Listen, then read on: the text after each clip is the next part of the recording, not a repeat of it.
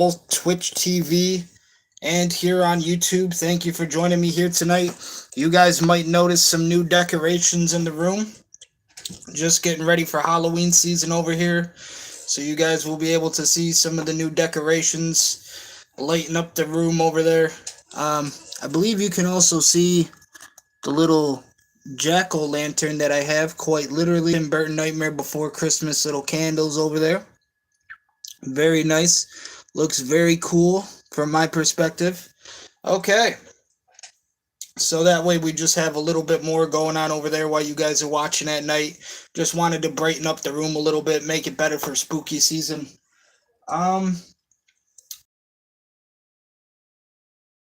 Of a watch along for the Mr. McMahon documentary earlier. So we are live again here. We are going to be watching some Last Drive-In with Joe Bob. This is season 7 tonight. Joe Bob going to be talking about episodes 13 and 14. We will switch over to the live feed here on Twitch. So everybody watching, going on. There you go. Okay.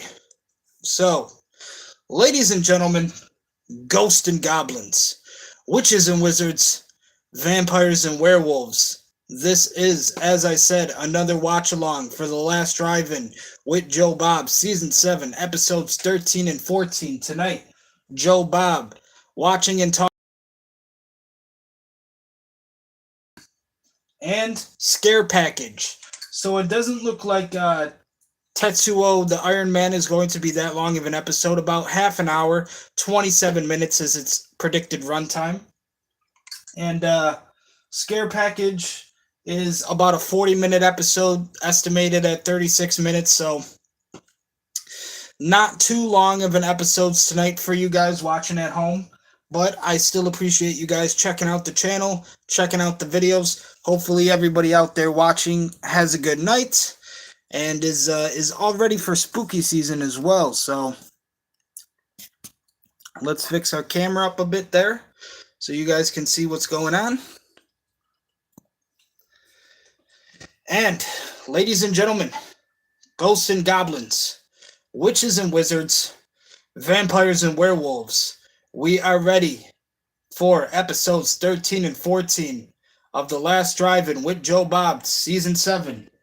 On episode 13, Joe Bob talking about the movie Tetsuo the Iron Man.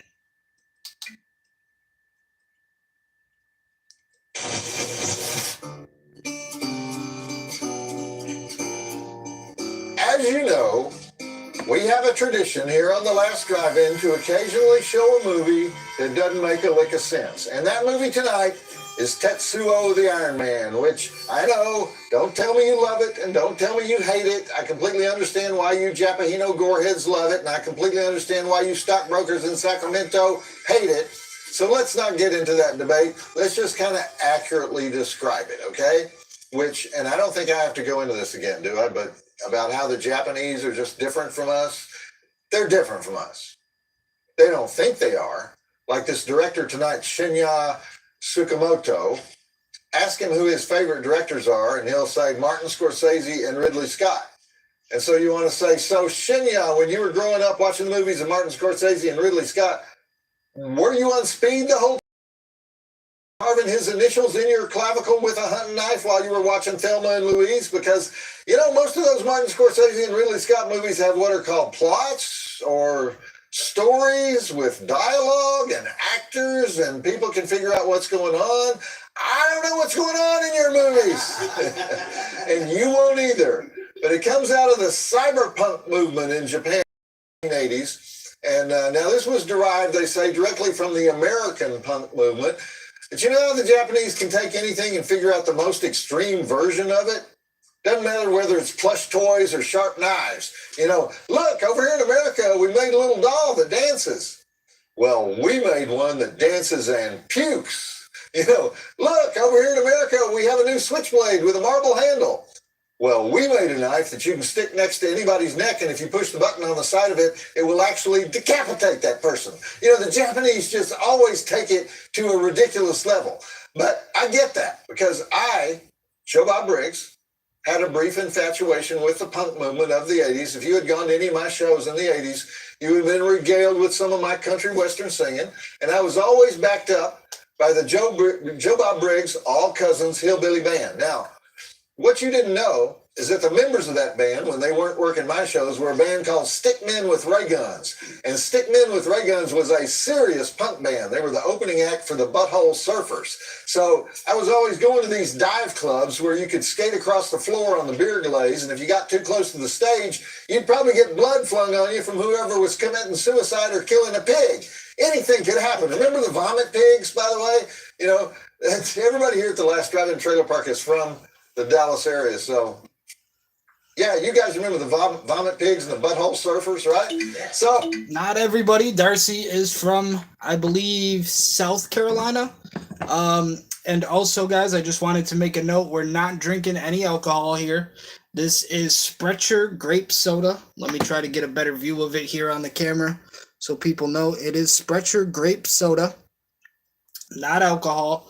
For anybody wondering at home. Just a little bit of grape soda. I do love the Sprecher brand with their soda. They make all their sodas with natural honey. So it tastes amazing. And it is amazing when you just need a nice cold drink. But just wanted to clear that up because the bottle does look a little bit like a beer bottle. But it is actually grape soda. So there you go. Here's my point. Those were wild, violent, freaky shows, but the Japanese copied it over in Tokyo in both music and film, and they called it underground cyberpunk. And of course, we weren't wild, freaky, or violent enough for them. They had to take it to the next level. And so you end up with albums like this. This is the first album of the band Bachikaburi, and the lead singer in Bachikaburi was Tomoro Taguchi. And when Tomoro Taguchi sings, it sounds like three feral cats being chewed up by a bulldog while Jeffrey Dahmer cuts their heads off. But anyway, Tomoro Taguchi is also the star of the movie we're about to watch. He was a double threat, musician and actor. Tomoro Taguchi is well known in Japan. He makes, 20 movies a year. But he's well known in the way that Gary Busey is well known in this country, or like maybe Bruce Dern. Remember that character Bruce Dern played where he kidnapped the girl and chained her up so he could tattoo 100% of her skin? Like that guy, only weirder because Japan. Okay, so for you first timers, I'm going to tell you the basic plot of the movie, because if I fail to tell you the basic plot of the movie, you're going to start tearing up furniture in your living room and yelling at your relatives and going out to the shed to search for firearms. You're going to have to trust me. This is the plot of the movie. An ordinary Tokyo guy, they call them salarymen in Japan. It means office worker. An ordinary guy like that accidentally runs over and kills a metal fetishist. What is a metal fetishist, you might ask? A metal fetishist is a guy who cuts open his arms and legs and rams metal rods up inside there. Metal fetishists are great admirers of American traditions like ear piercing. They just take it to a different level, okay? And by the way, the metal fetishist in the movie is played by Shinya Tsukamoto, the writer and director. So the salaryman who runs over to the metal fetishist gets his girlfriend to help him dump the body in the forest, and they have sex in the forest before they leave, and this pisses off the metal fetishist, who may be alive, or it may just be the ghost of the dead metal fetishist. It's not real clear from the movie, but he decides that the guy who killed him should have pieces of metal start growing out of his body. How does that happen? We don't know. How does he do it? We don't know. Does he have magical powers? We don't know. Is it a nightmare that's not really happening? We don't know. Does it hurt?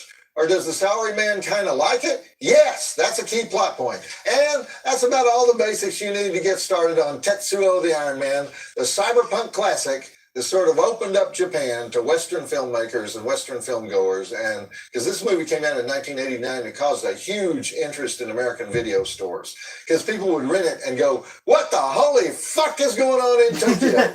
We have 4 dead bodies, 4 undead bodies, 4 breasts, 4 1 breasts, giant penis drill, gunshot to the skull, 1 extended zombie chase, 1 face skillet, reanimated zombie dancing, multiple aardvarking, multiple impalement with symbolic priapic artifacts, leg carving, wound maggots, boil lancing, squealing, groaning, synthesizer punk soundtrack. Open sore explosions, tube chewing, electrical socket finger foo, umbilical cord belly dancing, serious zit popping, anal sex with metal hoses, sprocket spouting skull face licking, face scarring, face ripping, finger knives, multiple body penetrations with pipes, tubes, drills, and penile implants, gratuitous tenor saxophone, gratuitous gay subtext, kung fu, metal foo, death metal foo, shaky cam foo, fast motion foo, industrial waste foo, crotch nunchuck foo, Tokyo foo, with Drive-In Academy Award nominations for Tamoro Taguchi as the man for going full metal jacket.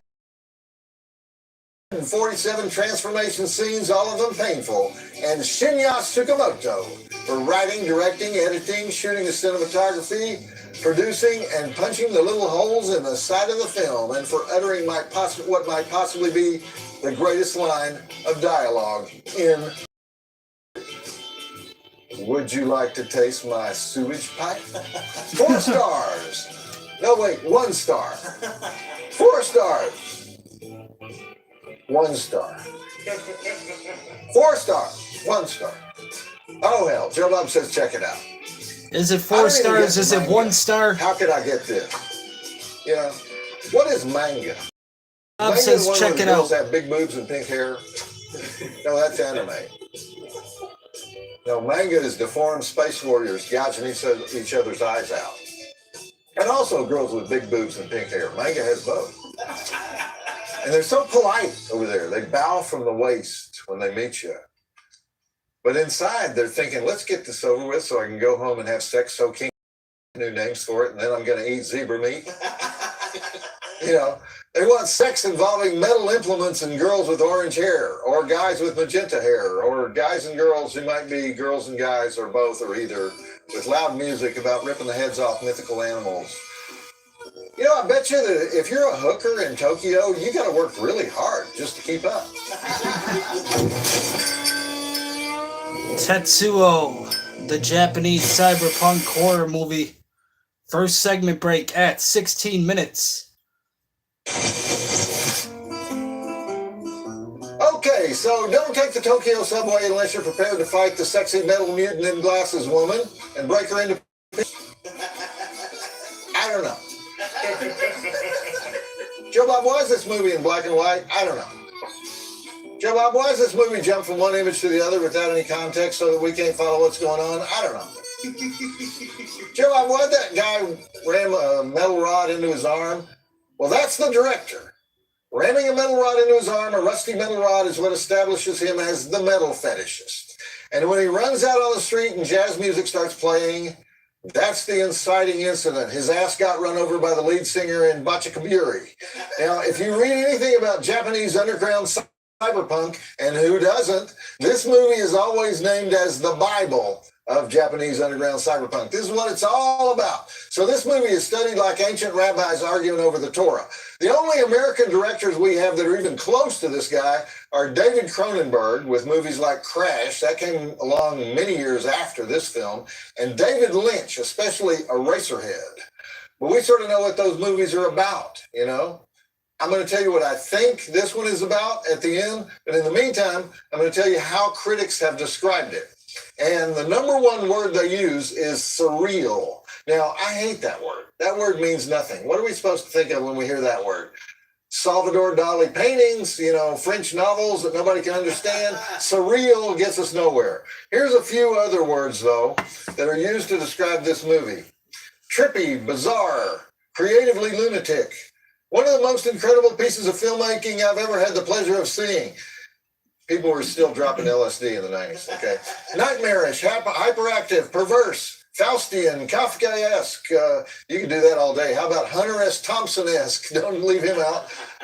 Manga-influenced, alienated, cramped, chaotic, amazingly unconventional, soullessly technological, paranoid, kinetic, frenetic, cringe-inducing, utter chaos, agreed. Adrenaline rush, insane, feverish metallic images injected directly into your brain with a large bore needle, paranoid brain twister, traumatic homosexual awakening, noisy, ugly, repulsive, confusing, fucked up, That's somebody who just says, let's cut to the chase. It's fucked up. Ominously creepy. Beautifully destructive. Deranged superhero fantasy. Metaphor for failed dreams. Indictment of sexual repression. Metal-obsessed modern-day ghost story. Brutal, choppy, freaky, repellent, revolting, sexy, absurd, cryptic. Like a virulent cybernetic viral arm cast in velvet. Let's read that one again. Kind of liked it. Like a virulent cybernetic viral arm cast in velvet. Hyperkinetic, disjointed. Cybermen for art students. That's a Doctor Who reference. Masturbatory. Remind me not to shake hands with you. Clanking trash can lids. Mind-blowing. Psychedelic. Psychotronic. Raw, violent, destructive, ear-splitting, disturbing, nightmarish, eerie, pure hell. So that pretty much sums it up. So now that we know what we're watching, back to the movie. This movie was originally a play. You believe that? Shinya Tsukamoto started a theater group in college, and they did a play called The Adventures of Electric Rod Boy. And after the play was over, he said, well, we built this elaborate set. Let's use it for a movie. The job I don't want on that play is stagehand. Somebody had to hose down that stage every night, pack all the random hunks of flesh into hefty bags. Oh, man. The one I like on here is feverish metallic brain with a large bore needle. Because who wouldn't want that? Is it 4 stars? Is it 1 stars? Joe Bob says check it out. All we know is it's Japanese cyberpunk horror. Next segment break, 33 minutes.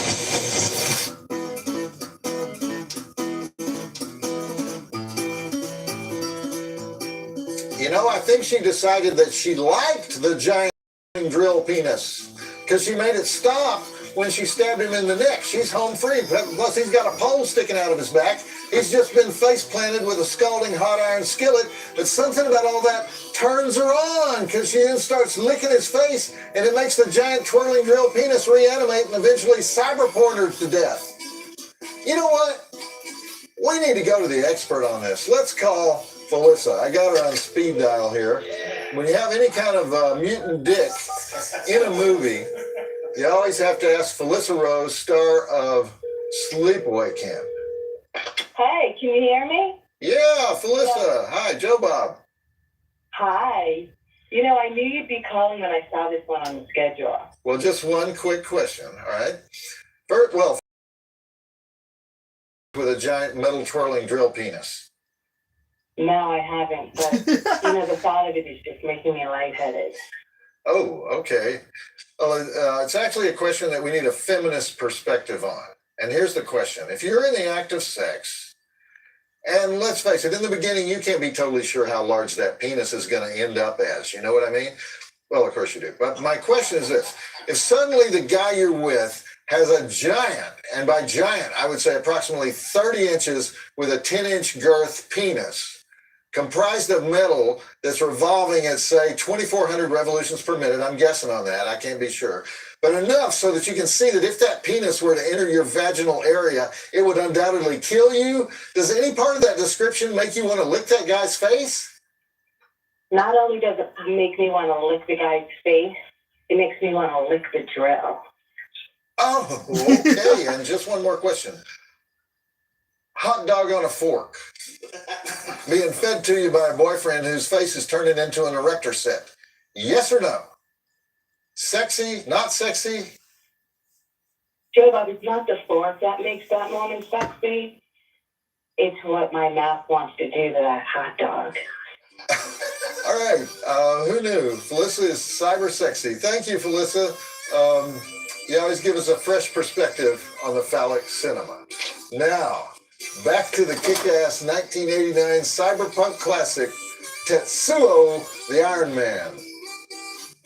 Not to be confused with the 2008 Marvel Comics superhero film Iron Man. Sometimes people get these mixed up, you know.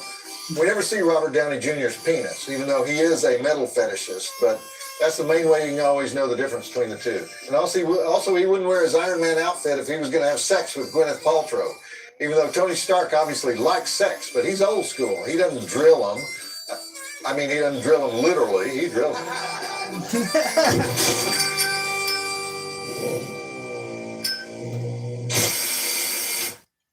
The next segment break at 49 minutes.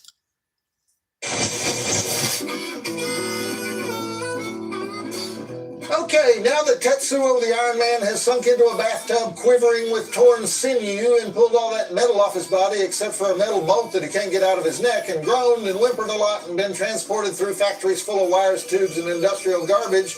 And quick question, was the camera for this movie mounted on a toy helicopter or something? And then a TV explodes and a doctor who he tells the naked metal man he should think of the pieces of steel in his brain as jewelry, and then some tubes that look like spinal columns connect us to the dead girlfriend who has flowers all over her hair, or maybe it's metal, and the Iron Man siphons liquid out of her mouth by chewing on the tube that extends out of his mouth and connects to her, and then he gets a phone call. I guess of all the stuff that happens in this film, the taking of the phone call might be the most shocking, so that an unnamed creep can tell him to die, you metal freak, die. And then suddenly we get a flashback, and then the sex in the forest, which causes the Iron Man to plug his finger into an electrical socket and laugh about it right before he combs his spiked hair and gets a giant spiked nail manicure, which is apparently what he does right before he runs through the city at rocket speed while everything collapses around him like bicycle wrecks, and that causes his VCR to go crazy just as he grows claws while everything is slowing down, and we get some church bells peeling out, or maybe it's just metallic clanging, and the camera gets in really, really close.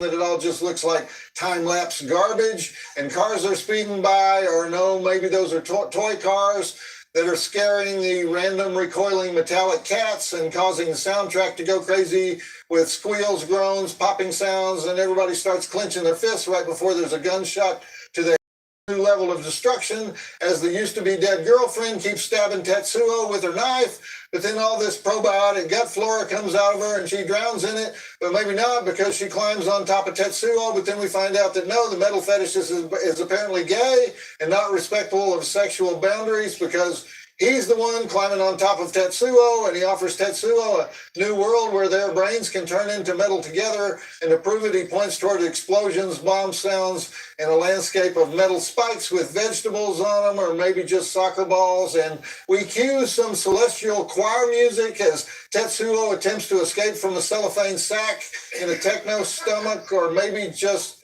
a hefty bag, screaming in pain, but eventually drowning in wires and bad lighting as his skull face spouts sprockets and tendrils, and a baby laughs and the screen blinks on and off, and there's a roar as we enter the final incredibly gay sequence of Tetsuo the Iron Man. Does that about sum it up? Yes, I think so. Roll film. I wonder what it's like if you meet Shinya Tsukamoto in a bar. And you say, so Shinya, I hear you're in the movie business. What's your latest movie about? What's he going to say? I wrote this story about what would happen if you were really horny, but there was no one around, and so you decided to fuck everything in your boiler room.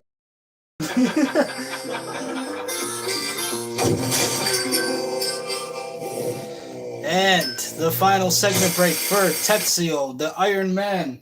After the end credits, this is the Japanese cyberpunk horror movie. And so there's no truer line in the movie than the future is metal. No false metal, man. I want to see Beavis and Butthead review this movie. So Shinya Tsukamoto hasn't given out very many interviews in the West, but he was asked at the Venice Film Festival straight up, what is the theme of Tetsuo the Iron Man? And he said basically this, that traditionally, when you make a film about technology, it's always about how dangerous the technology is because it threatens our individuality. So he says in his films, he agrees that technology is terrifying, but it's also convenient and seductive, and so we like it.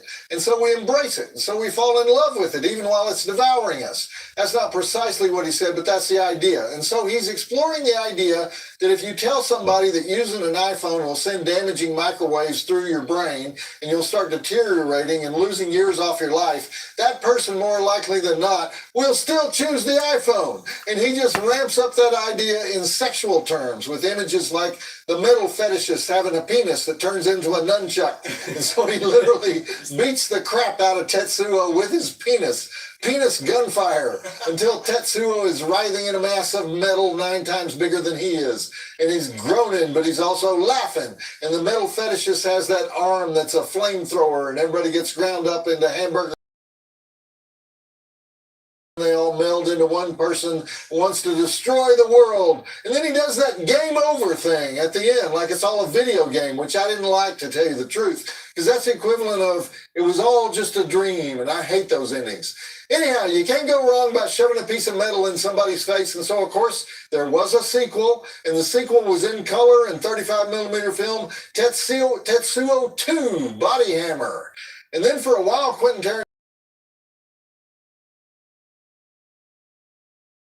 made Tetsuo the Bullet Man in 2009, one of 21 feature films that he's directed since 1975. And on most of those films, he was also the producer, the cinematographer, the writer, the editor, the art director. Now, when he did make Tetsuo 3, he made it in English with an American as the lead, and he wanted it to be more violent than Tetsuo 1 and 2. Audiences. He assumes that if it's going to be seen in America, it needs to be more violent than a Japanese film. That's cuckoo. And by the way, that was the shortest version of Tetsuo that exists at 64 minutes. There's a 67-minute version, a 69-minute, and a 77-minute. But you know, I think 64 is plenty, right? We get the idea. Darcy, love Japan, right? I do. I not only Darcy, went to Japan, the lovely but I male went girl. there to see Crispin Glover's film. Oh yeah, we talked about that. Crispin Glover was doing films in Japan. Yeah, they love him over there. Yeah, of course they do. But you're supposed to be getting Crispin to come on the show. What's up with that? We need the right movie. Book it and I'll ask him. Okay, well, I want Willard. Willard would be amazing. We agree? We agree. Okay. I go to a lot of Alamo draft houses with my show, and Crispin has always been there like 1 week before. I always miss him. Well, don't worry. I'll handle it. All right, I like your confidence. All right, what you got for me? I have a Stump Joe Bob for you. And you should know this one because it's a question about your favorite movie. Chainsaw question. Yes. All right, well, great. This will be my second correct answer then. I don't think you have a first correct answer. I got the one about Lon Chaney. You didn't get the right Lon Chaney. Whatever. Okay, go ahead. All right. This question comes from Big Don of St. Louis, Missouri. Okay. What well-established actor was originally offered the role of Leatherface in the 2003 remake of the Texas Chainsaw Massacre? You're asking me about a casting decision on the remake. I am. Andrew Briniarski, however you say that. Listen to the question. All right. What well-established actor was originally offered the role of Leatherface before That guy was hired. was hired? Okay. Gunnar Hansen. Wrong. Dolph Lundgren. Dolph Lundgren? Really? You know what? That actually makes sense because he's a big dumb Swede, and Gunnar was a big dumb Icelandic guy. I mean, he wasn't really dumb, but that's how they played it. You know, so Scandinavia, that's the key to successful Leatherface. Where's Briniarski from? I have no idea. That was a fatal flaw when they did the remake. They didn't go Scandinavian with the Leatherface role because Briniarski sounds kind of Polish. He's American. Well, I know, but he's probably Polish-American, wrong for the part. Should have been Scandinavian-American. Did you hear the one about the... Okay, that is episode 13. Next, with episode 14, Joe Bob is going to be talking about and reviewing the movie Scare Package. So we will be right back. We are about to take a 1.5, 2 minute break. I'm also going to see if I can change the batteries in my jack-o'-lantern over there because it looks kind of dim. Looks like it's dying a little bit. But that was the end of episode 13. So when we come back, we will start episode 14 for our watch-along. Thank you for being here with me tonight, ladies and gentlemen. Ghosts and goblins, witches and wizards, vampires and werewolves. We will be right back. And go get yourself some snacks, maybe something to sip on. Like I said, I got the Sprecher, the grape soda here. Grape soda, perfect for Halloween. We're right around the corner from spooky season now. Libra season coming up.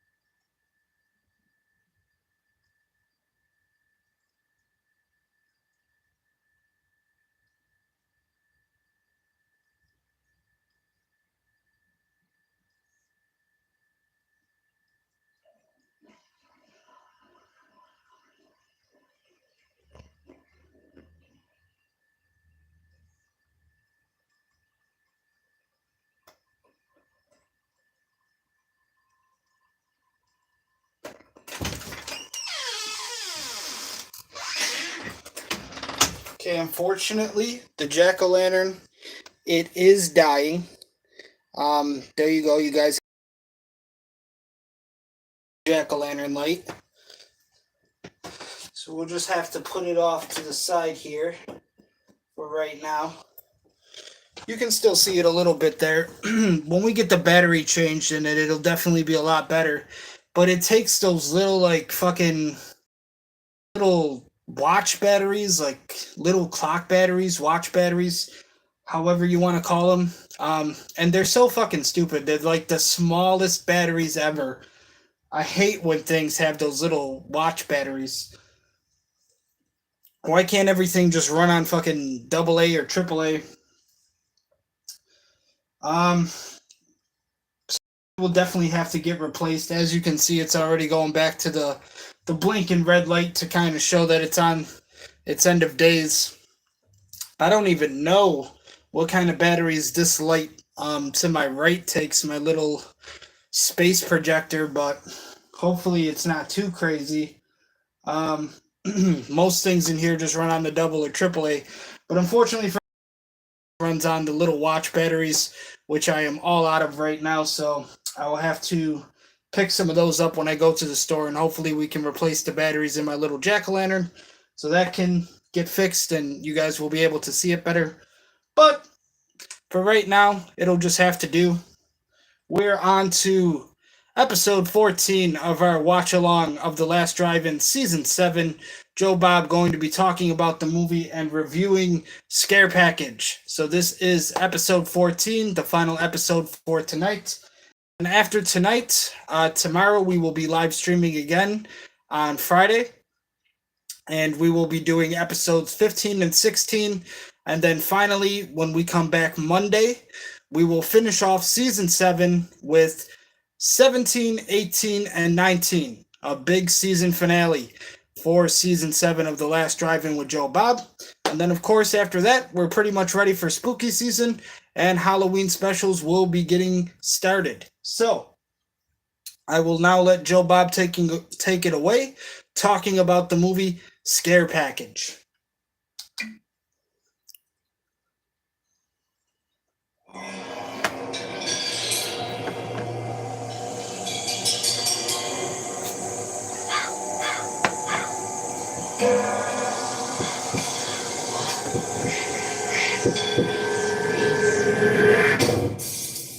You know, Texas has one of the biggest stadiums in the world. That place in Arlington where the Cowboys play.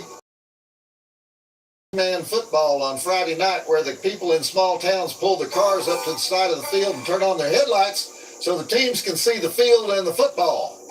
Guess which one is more fun?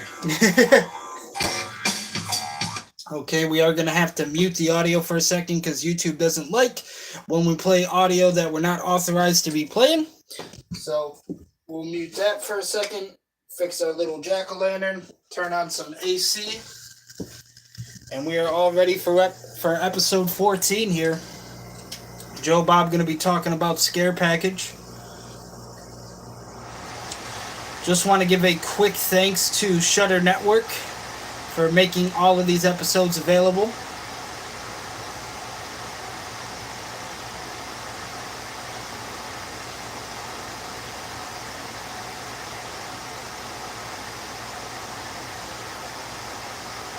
And it looks like we're ready.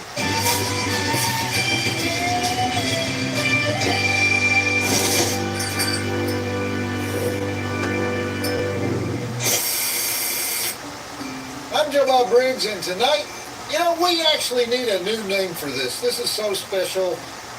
Drive-In Mania. Joe Bobapalooza. Joe Bob and Darcy's Excellent Adventure. I'm not getting to the right theme, but I know it's there somewhere. And the reason is we have not one, but two brand new movies on tonight's edition of The Last Drive-In. And one of them is a world premiere. I don't think there's been a public event like this since Muhammad Ali fought George Foreman in Africa in the Rumble in the Jungle.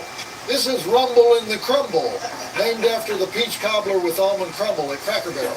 The only kind of jungle we go into at The Last Drive-In is a jungle with point-of-view cameras in it. And both of tonight's movies do have that. Last Drive-In-a-Vision. We should really have a meeting, do this stuff. By the way, speaking of excellent adventures, I can't believe, Darcy, that you went to Graceland without me. It was a last minute thing. Some of my friends asked me to go when I went to that All Elite Wrestling trip. Yeah, I know. You had Elvis limos or something when you went, right? Yeah. I went to Graceland in 1990 or something, but see, that's 30 years ago. You're supposed to go at least once every 9 years or else you lose your redneck credentials. And there you were, all over the grounds of Elvis at a very delicate time for Graceland. I was working for this show. I was getting Chris Jericho to come on as a guest. Did you even know that Graceland might close? No.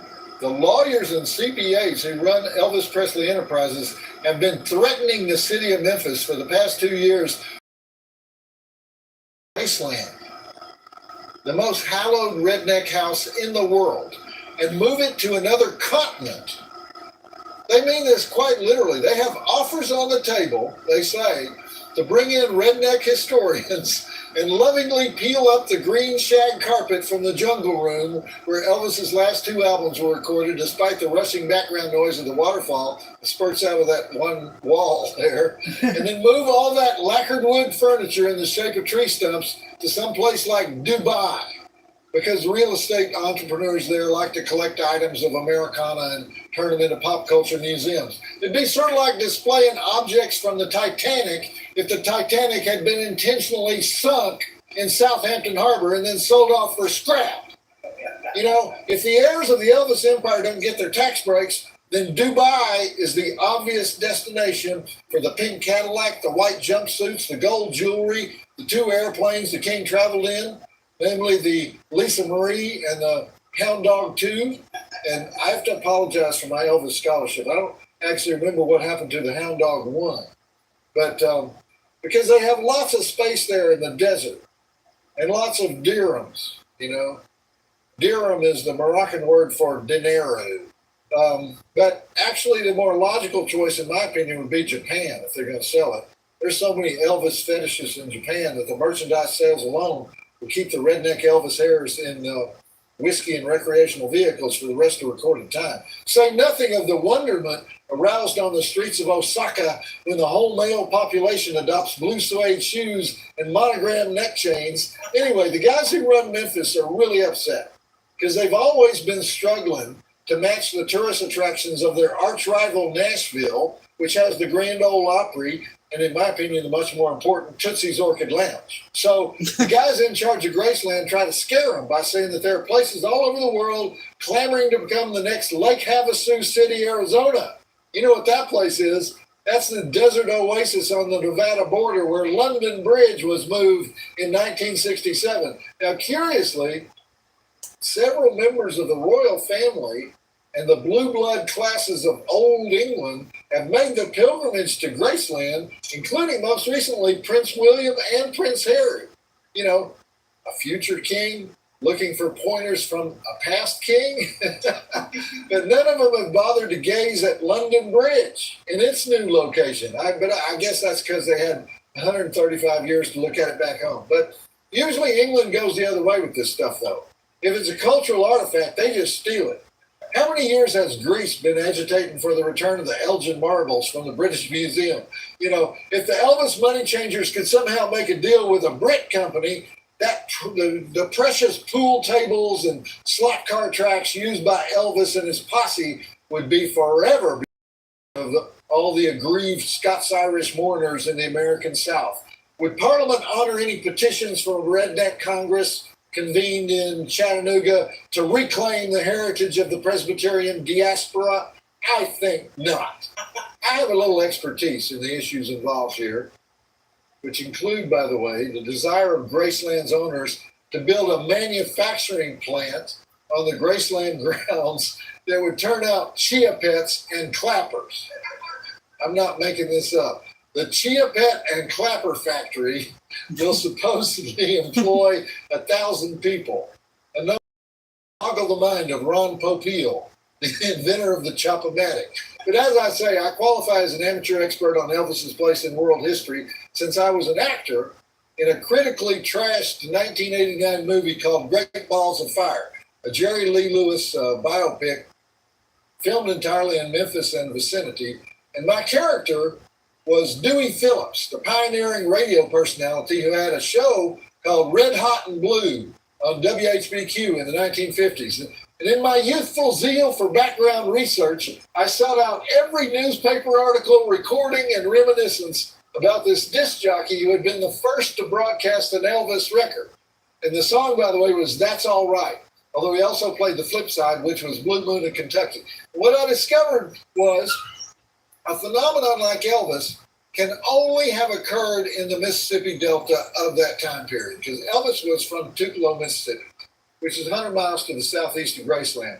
But he would have been immersed in the African-American music that emerged from all the Baptist churches and the blues honky-tonks ranged up and down the Mississippi River between St. Louis and New Orleans. So Dewey Phillips broadcast that music on Red Hot and Blue. Sometimes he even put actual church choirs on his show.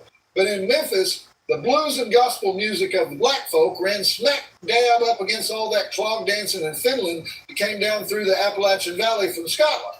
And as all Elvis aficionados know, the king was criticized early in his career for singing like a black man. And the term rock and roll itself comes straight up out of the slave-based Delta rice fields. So Memphis was the place where the original black music met the original white music. That's what makes it American. That's what makes Memphis the mecca of rock and roll. And that's why you can move Graceland to Nairobi or Edinburgh, but you'll only be telling half the story. If Graceland moves, Graceland dies. That really burns my bacon.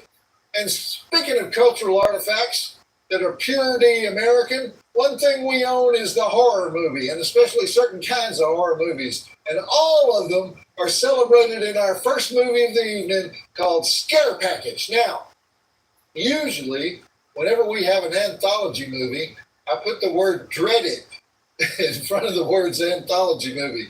Because some of the worst movies of all time have been anthology movies. But Aaron Kuntz and Cameron Burns, two old boys from Austin, really went all out with this one. The usual formula is 4 short films connected by a framing story, like Campfire Tales, Creep Show. That's been the formula since the beginning of time.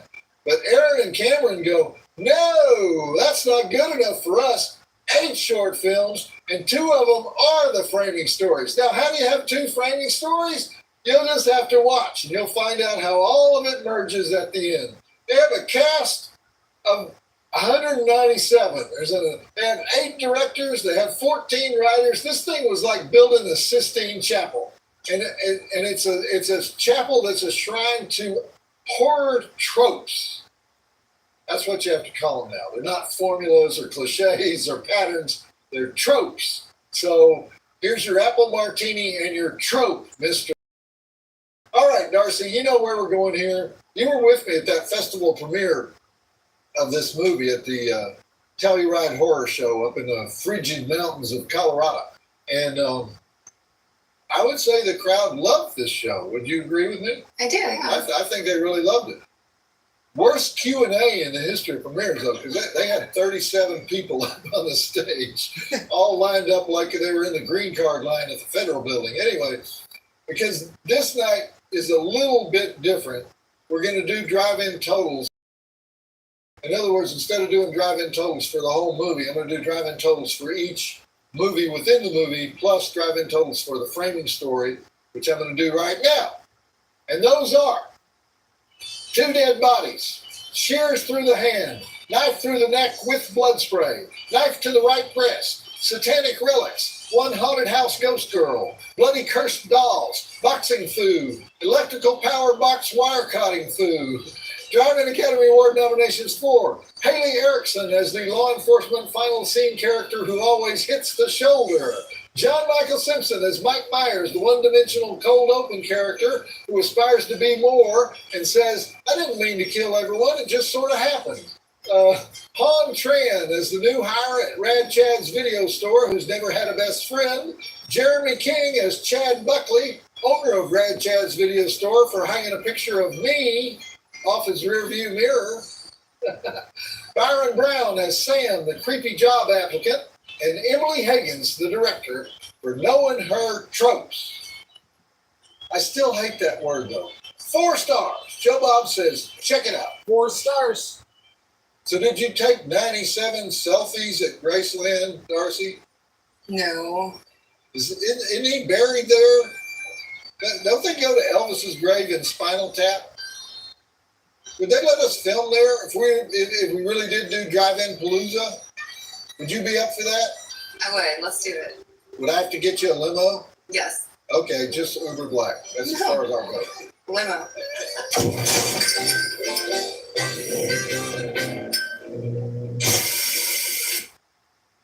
First segment break at 18 minutes. I love the video store framing story with Jeremy King as Rad Chad and Byron Brown as the creepy job applicant. And of course, as we just saw, anybody in the plot can grab any video in the store as an introduction to the next story. But that would be too easy. They do much more than that with it. I mean, it's already complicated because it didn't start with a video store. It started with that short film called Cold Open with the aspirational plot device character killing the two babysitters, which was great stuff. And now we head straight into yet another short film called One Time in the Woods. So let's take a look at those drive-in totals. We have 5 dead bodies, green slime vomit, tree branch shish kebabbing, face removal, pastel glopola spewing, leg ripping, exploding head, axe to the penis, axe to the head, gut squeezing, 2 half transformations, head rolls, legs roll, nasty goo foo, silver handcuff foo. Driving Academy Award nominations for Chris McEnroy, the writer-director, for not allowing any plot to get in the way of his gore. 4 stars. Joe Bob says, check it out. 4 stars.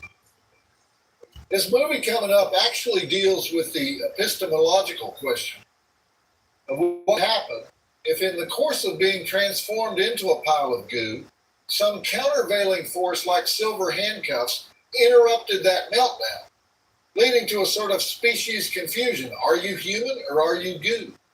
And engendering all sorts of moral dilemmas, such as, should I goo and then attempt to arrest their development at half stage so I won't be lonely? Or should I live in a binary world where you either go human or go goo? You know, what I wonder, on the other hand, is whether sales of the Goo Goo cluster have declined ever since we started referring to any kind of slime in a horror movie as goo. You know? You eat the Goo Goo cluster? Any Goo Goo cluster fans here? Would I be violating copyright if I sang the Goo Goo cluster song right now? Go get a Goo Goo. It's goo. Simple product. It has nothing to do with product placement in this movie.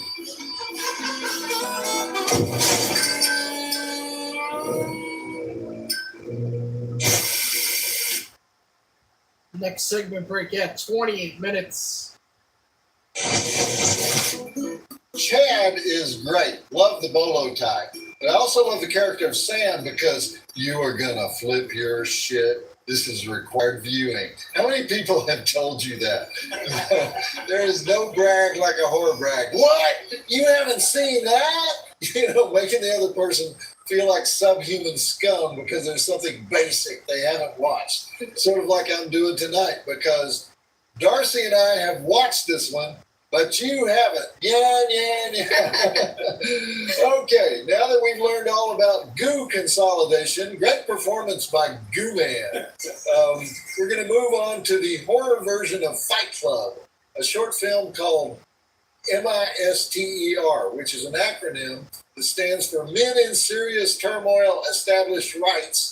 And it's all about guys having meetings to make sure they're not pussy whipped any longer. And it's a first-time writer-director, Noah Segan, who also plays the lead. Noah Segan is an accomplished actor. He's best known for being in the films of Ryan Johnson.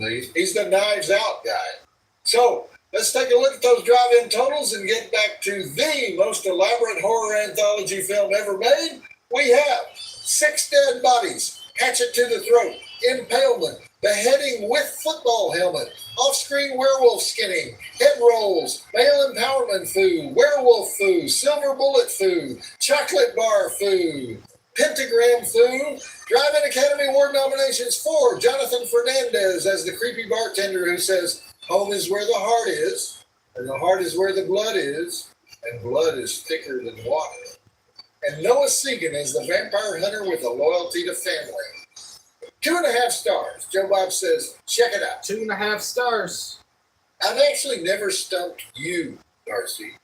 Maybe one time. I don't think you'd watched Cannibal Holocaust before we showed that. I was scared to watch it. Normally, you have watched everything we ever have on the show 900 times. You have watched so many movies that I have never even seen. You know, it's funny you should say that. Why?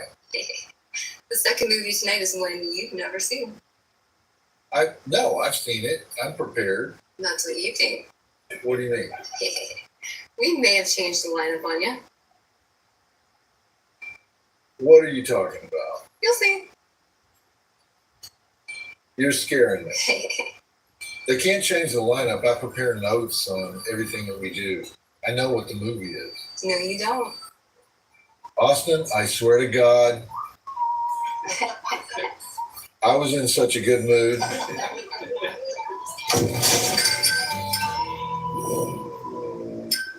The next segment break is at 38 minutes. I totally do not understand that one. He goes to the Fight Club meeting to become more masculine, but finds out it's actually run by werewolves, but he hadn't told him that he's a werewolf hunter who brings home werewolf pelts for his Satan-worshipping wife and their household coven. Way too much plot getting in the way of the story. Fortunately, the next movie is my all-time favorite genre, postmodern feminist slasher revenge body horror. I know it's yours too, Darcy. Girl power. Hear you roar. There are actually genres like that these days. Postmodern just means confusing as fuck.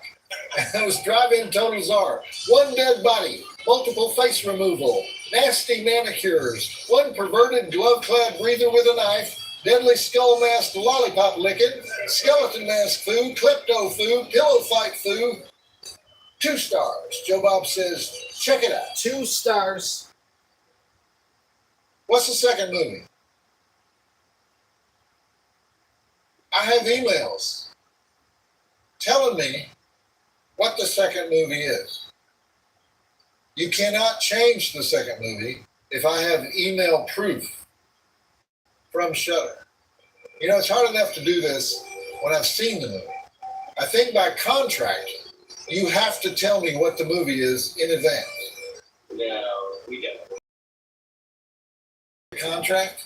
Yeah, well, it says that you're required to host any movie following Shudder's approval, and it's been approved. But they never care that much what we show. Why are you walking away? You're the director. You can't walk away until the segment is over.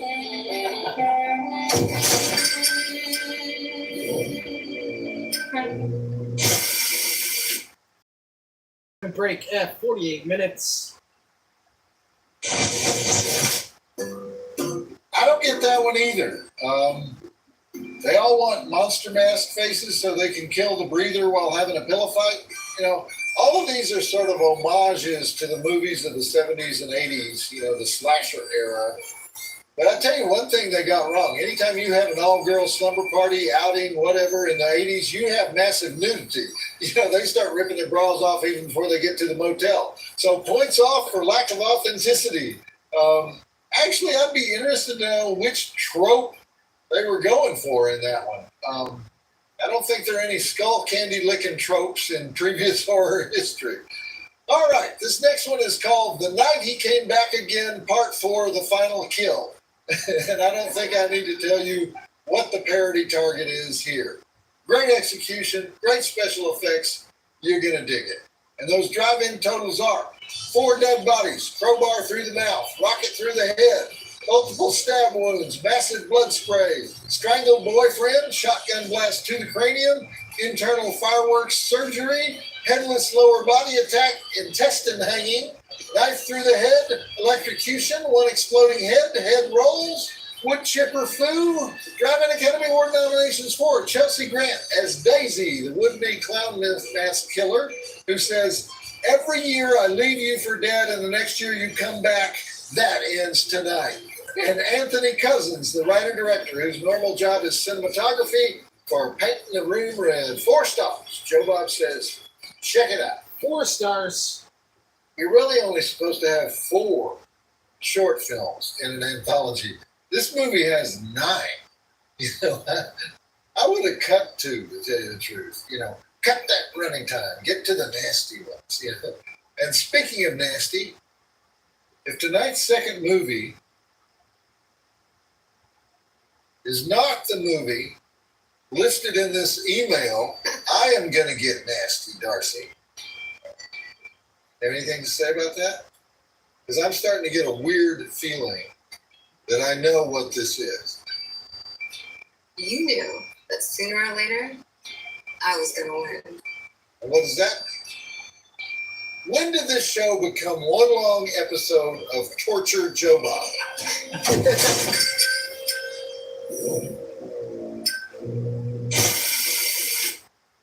Next segment break, 1 hour and 1 minute.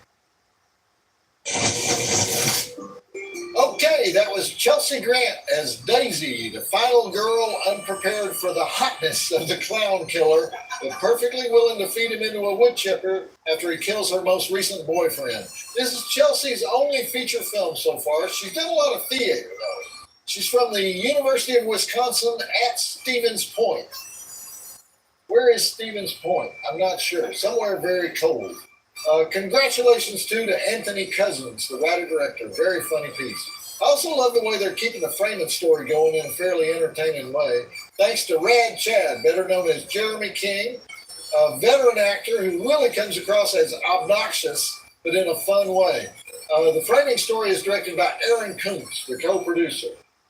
And yet, there's more. Our next contribution to the anthology is called So Much to Do, and it's written and directed by an actor named Baron Vaughn in his directorial debut. So let's look at those drive-in totals and get started. We have 1 dead body, forehead Brandon, exploding windshield, multiple kicks to the face, kung fu, fog fu, zombie fu, ever ready fu. 2 stars. Joe Bob says, 2 stars.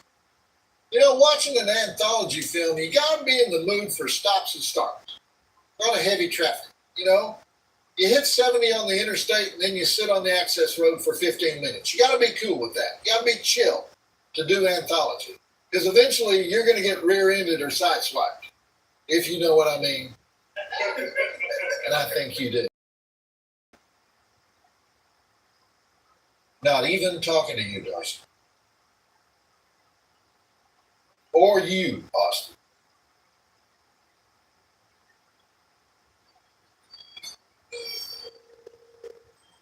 What's the movie? Somebody text me, somebody email me, tell me, what's the movie?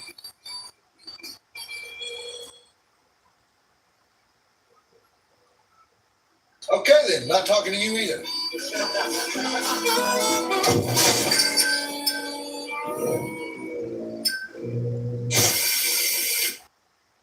The next segment break, 1 hour, 14 minutes. Okay, I understand that they were fighting over the remote because she didn't want to find out what was going to happen before she watched it at home. But what was with the whole orange brand on the forehead and the 2 goons making the guy dig his grave and the fog, and it's all way too complicated for my puny little brain. Any idea what was going on there, Darcy? Ooh, I thought you weren't talking to me. Oh yeah, I'm not. What's the second movie tonight? Everyone hates spoilers. Very funny. Hey. Okay.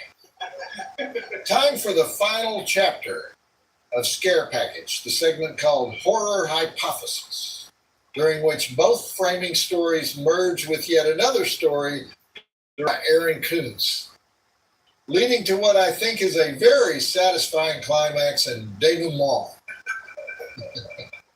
Starring Dustin Rhodes as the Devil's Lake Impaler. How long has Dustin Rhodes been wrestling? 30 years at least. He's most famous as the sexually ambiguous Goldust. Isn't that his most famous role in wrestling? Yes. Son of the great Dusty Rhodes, father of Cody Rhodes, who now runs All Elite Wrestling, which is where our friend Chris Jericho works. Wrestling royalty. But it's also some great writing and some great acting by an ensemble cast led by Rad Chad, Jeremy King, now transported into an alternate universe where he can test all his horror theories. So let's check the drive-in totals and get to it. We have 16 dead bodies, flying axe point of view shot to the back, woman cut in half by a treadmill, rod through the stomach, arm through the head, arm through the face, body through a wall, perpendicular upside down body ripping, syrupy serial killer flashback montage, rod through the back, exploding getaway car, gratuitous Shudder film critic, gratuitous Corey Feldman reference, head rolls, arm rolls, Driving Academy Award nominations for Avery Moore as Dixie, the chirpy technician who runs the treadmill, testing how far and long people can run from the Devil's Lake Impaler. Jeremy King as Rad Chad, showing off his horror logic by saying, the promiscuous girl and the jock, I think they're slapping the skinnies right now, smoking the Gouda. Zoe Graham as the final girl, I think. Dustin Rhodes as the Devil's Lake Impaler. Chase Williamson as Pete, playing a guy who thinks he's in a John Hughes teen comedy. And Aaron Kuntz, the writer-director, for knowing his horror history. 4 stars. Joe Bob says, check it out. 4 stars. Really picks up at the end. You know, another word that I'm certain they'll use to describe this movie, it's meta. This movie is meta. It's meta, and it's full of tropes. Let me define both terms for you so that you can go to a bodega later tonight and discuss the movie. Trope means I'm a jackass because I say trope. Meta means I'm a... And that's so meta, what I just said.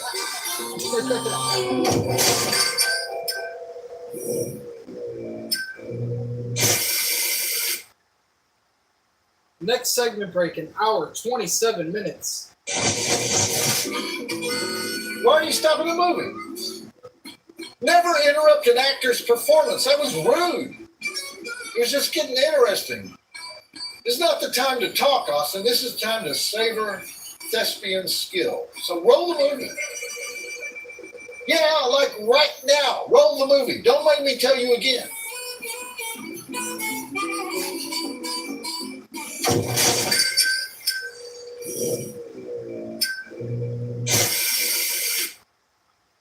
And this is after the end credits. For all of you watching this in Austin, home of Dustin Rhodes, by the way, all those scenes with the Devil's Lake Impaler were shot inside the old Brackenridge Hospital, which was abandoned and marked for destruction, meaning they could gore it up and break down walls and nobody cared.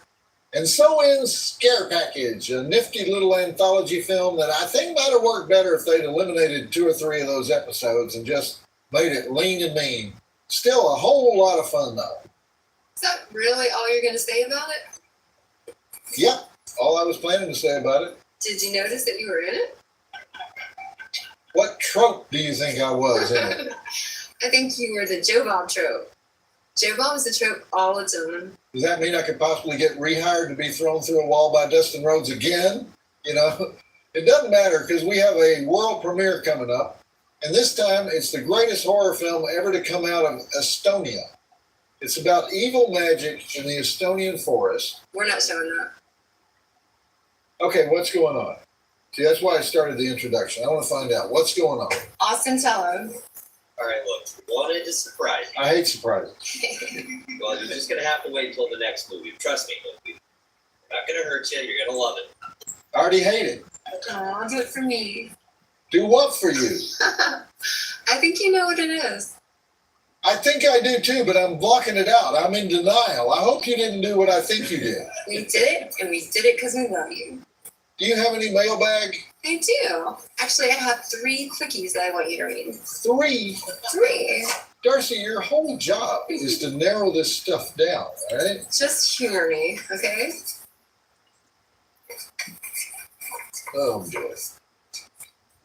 Dear Joe Bob, I asked my husband out on a date tonight. You know, dinner, movie, popcorn.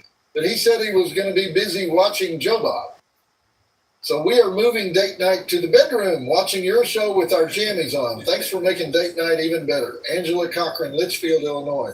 Okay, thanks, Angela. I've always found that horror movies, when you watch them in bed, to be really stimulating, if you know what I mean, and I think you do.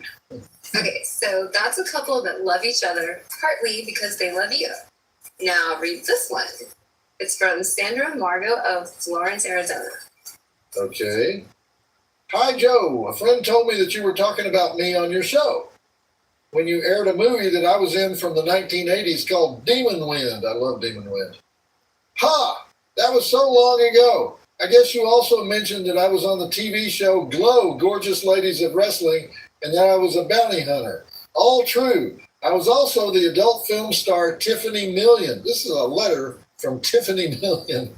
Lifetimes have passed. These days, I'm a school bus driving Jesus freak in a small town. Yes, really.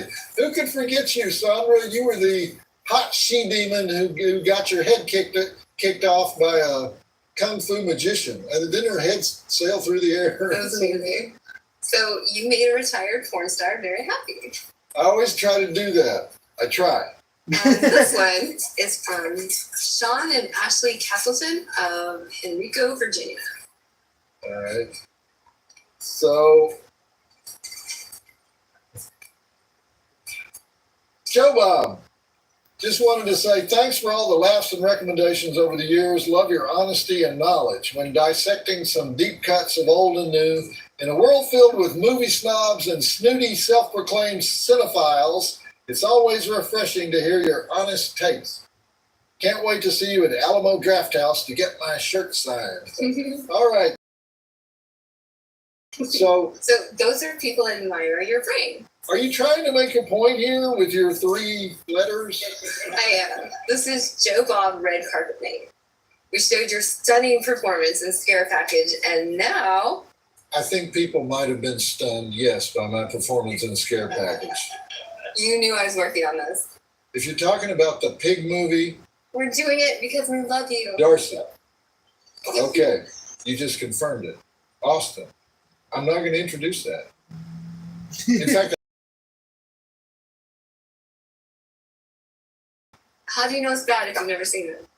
because I was in it. I was there when they made it. So you have a closing joke? Yeah, what did the pissed off horror host say to the meddling male girl? That's the joke. I've seen it and you're great. I'm not great. The movie, there's a reason the movie was on the shelf for 13 years, okay? And now it's here for the whole world to see. You know what? Let's talk backstage, all right? I can't. I have to go get fancy for the world premiere. This is not going to end well. You don't know how bad this is going to end. You know, a Baptist preacher... Okay. And ladies and gentlemen, ghosts and goblins, witches and wizards, vampires and werewolves, that is going to do it for our watch-alongs tonight. Thank you for joining me for episodes 13 and 14 of The Last Drive-In with Joe Bob, Season 7, 2020. Episodes 13 and 14. Got to see Joe Bob talk about some Japanese cyberpunk horror, and then an horror anthology that lasted for 9 tropes. The jack-o'-lantern over there is dying. Got to replace the batteries. They take those little small-ass watch batteries, which I have absolutely none of anymore, of course. We will be back again tomorrow with another stream with Mr. McMahon, the documentary on Netflix. We're going to do episodes 3. And then tomorrow we will also do episodes 15 and 16 of The Last Drive-In Season 7 with Joe Bob. So that will be tomorrow. Thank you so much for joining me, everybody. Ladies and gentlemen, ghosts and goblins, witches and wizards, vampires and werewolves. Until next time, peace, God.